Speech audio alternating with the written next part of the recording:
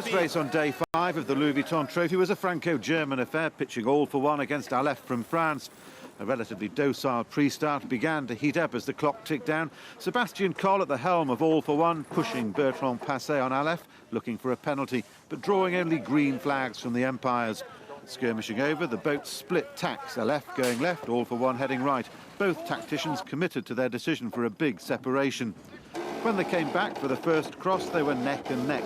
Passé deciding to dip below Coll, with both boats swapping sides. All for one had a slight edge, and from that cross it began to grow. Jochen Schumann and John Cutler in the afterguard in phase with the subtle wind shifts.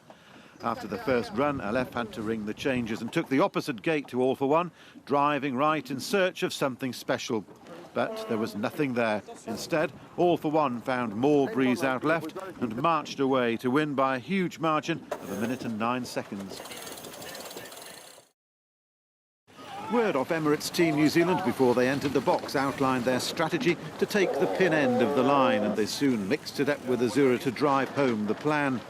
With All Black star Dan Carter as 18th man, Dean Barker harried Francesco Bruni at the helm of Azura. The Kiwis afterguard calling for a penalty, but receiving only a green flag. Still, they forced Azura to tack ahead of the line, and in a split-tack start, Team New Zealand hit the pin end at speed going left. Azura slightly slower going right.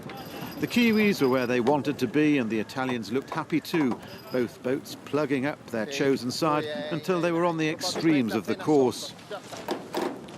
At one stage, Azura was showing a 40-metre lead, but once again, towards the top end of the beat, Emirates Team New Zealand hooked into a lift and simply leapt into a big lead. It was just as well, given their problems at the top mark, where the spinnaker pole fell into the water.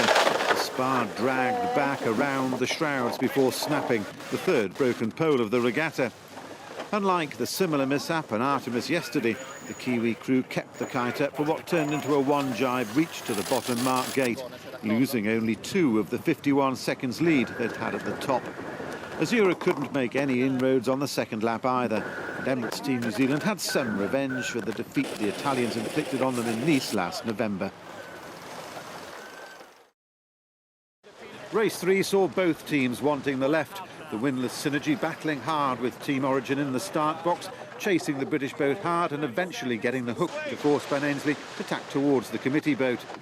That left the path clear for Karol Jablonski to aim at the pin end, which had proved to be the favoured position in the preceding race.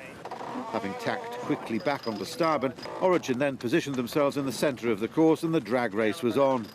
What Synergy tactician Rod Dawson was waiting for was the lift on the left that had so favoured Emirates Team New Zealand in race 2. Sadly for the Russians, it never turned up, and instead it was the British boat that lifted into the lead. Synergy tried to keep it close on the downwind, moving again to the city side of the harbour in search of some elusive extra pressure. Still, it failed to materialise and Origin remained comfortably ahead, the margin increasing dramatically as Synergy lost control of its kite heading into the bottom mark gate. The Russian boat sailed 6 or 7 lengths past the mark until they got it sorted out, while Origin sailed away to victory.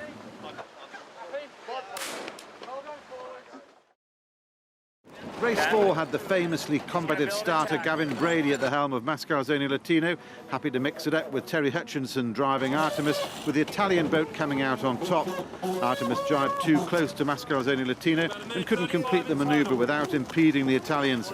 Up went the protest flag, followed by the yellow flag penalising Artemis. Enjoying a potential game breaker, Brady kept clear and went for a committee boat end start, leaving Artemis the left-hand side of the course, which earlier in the day had proved to be the winner. The Italians, though, knew they just had to keep in touch, and that's what they did. Artemis rounded the top mark just 7 seconds ahead. A margin soon to increase as the Jenica detached itself from the bow, and the crew had to battle to reset. Unfazed, Brady kept his cool and kept the pressure on Artemis, never allowing them the margin they'd need to take their penalty turn. The Swedish boat then blew its best chance with a poor jibe that saw Mascalzone Latino scoot clear and stay clear, to be first over the line with a penalty on Artemis in hand.